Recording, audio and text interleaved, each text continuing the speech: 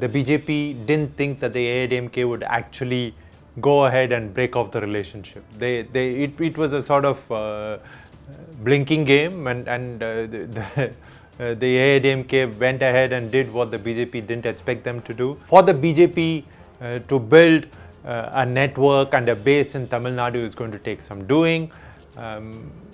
It's invested a lot of political, social, and obviously economic capital in building up its presence in the state. There are efforts that are being made by the central leadership team of the BJP, not the state team, because the state team believes that they can win everything on their own, which is completely misplaced. But there are efforts by the central team of the BJP to rebuild bridges with the AIADMK. The Dravidian movement believes that the definition of Sanatana Dharma is actually the caste system and not Hinduism itself. It's the reason why DMK's Udayinidhi Stalin made the comments that he did. And pertinent to note here that the AIADMK didn't really come out and blast.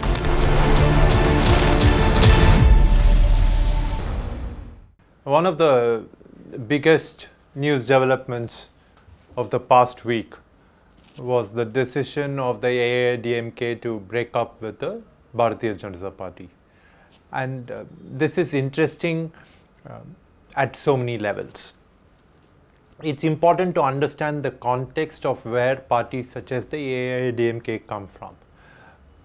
The Dravidian parties, there are two major ones. There is the AIADMK, which is currently out of power in the state of Tamil Nadu, and there is the Dravida Munnetra Kazhagam, or the DMK, which is currently in power in the state of Tamil Nadu.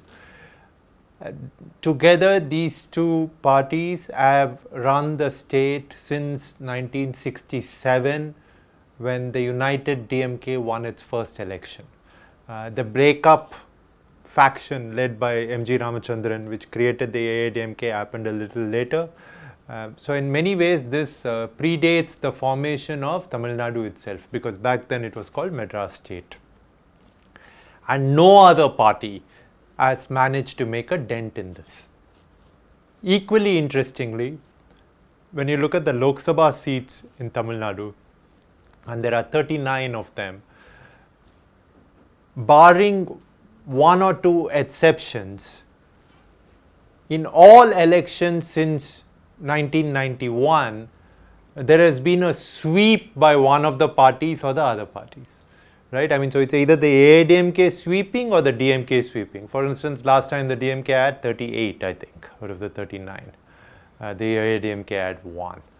Or the AIADMK led front and the DMK led front. The Congress won a lot of seats because the Congress allies with the DMK right now. But interestingly, again, both parties have allied with both the Congress and the AIADMK. Although for the past few years, it's been very clear that, or for the past few elections, it's been very clear that the DMK is allied with the Congress. So in a situation like this, when the relationship breaks up, it's very easy to see what is happening. And what is really happening is the fact that the BJP, much like it has done in many other states, is trying to build its own presence because it believes that it can offer an alternative.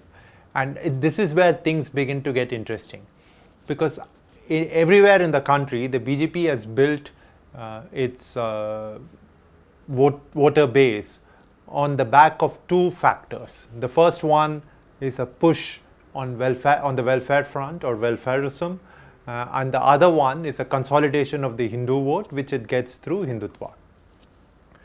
Now, the Dravidian parties, which, like I said, have ruled the state of Tamil Nadu since 1967, are pioneers when it comes to welfare. The first midday meal scheme in the country was in Tamil Nadu. Their health indicators and their social indicators are off the charts. So there's very little, and both the DMK and the AIADMK are big on freebies, right? I mean, you can call them SOPs, you can call them incentives, you can call them welfare measures, but they're all freebies at the end of the day. Most of them are freebies. So it's very unlikely that the BJP will be able to make a dent on that front. And the definition of a Hindu itself in the state is very different than what it is elsewhere in the country. Elsewhere in the country, the BJP has managed to conflate Sanatana Dharma with Hinduism itself, especially in the Hindi belt. In the south, especially in Tamil Nadu, people hate Hindi. There's this big fear of Hindi imposition. You could call them Tamil chauvinists, but the thing to remember is I don't think they are chauvinists at all. They just want to speak their own language. They don't want Hindi to be imposed on them, which is exactly what has happened. As an aside, there have been a few reports on this. A lot of people in the southern states, including Karnataka, have been upset that bank officials in their public sector bank officials in their states speak only Hindi. There are very few local language speaking workers there because they are working elsewhere. So there is a lot of angst on that front, and this is especially heightened in Tamil Nadu. And the Dravidian movement believes that the definition of Sanatana Dharma is actually the caste system and not Hinduism itself. It's the reason why DMK's Udayinidhi Stalin made the comments that he did. And pertinent to note here that the AIADMK didn't really come out and blast him. I mean, they take on the DMK for a variety of other reasons, but on this they chose to remain silent. So for the BJP to build a network and a base in Tamil Nadu is going to take some doing. It's invested a lot of political, social and obviously economic capital in building up its presence in the state and in building up the image of its state party chief Annamalai. But I'm not sure that this is going to translate into electoral dividends. So this split actually hits the BJP more than it hits the AIADMK. It probably helps the AIADMK to some extent because they're no longer associated with a party which is widely seen in Tamil Nadu as a Hindi party, so helps their cause. Further helps their cause because the DMK swept the Lok Sabha elections last time and did very well in the assembly election. So if there is any hint of anti-incumbency, the party that will benefit from it is really the AIADMK.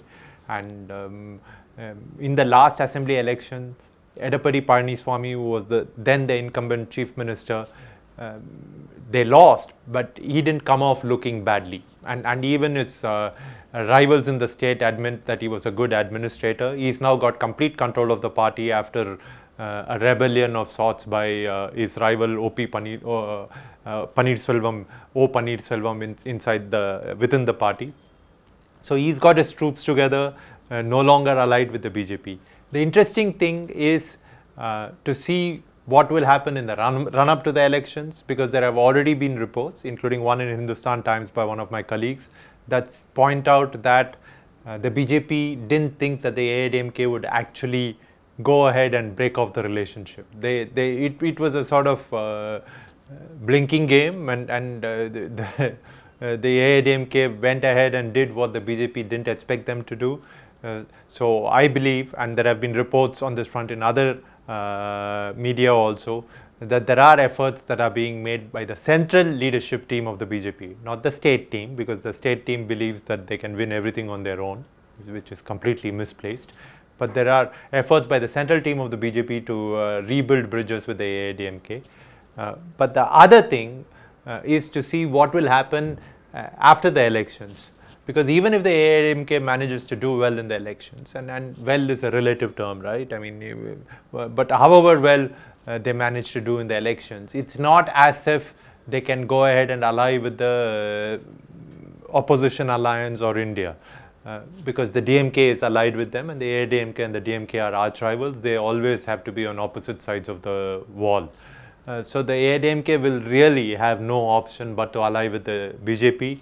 I have a feeling that this too might have played a part in the BJP's thinking. But it's an interesting development to watch. There are 39 Lok Sabha seats in Tamil Nadu. So it's critical to keep watch on what happens to those seats.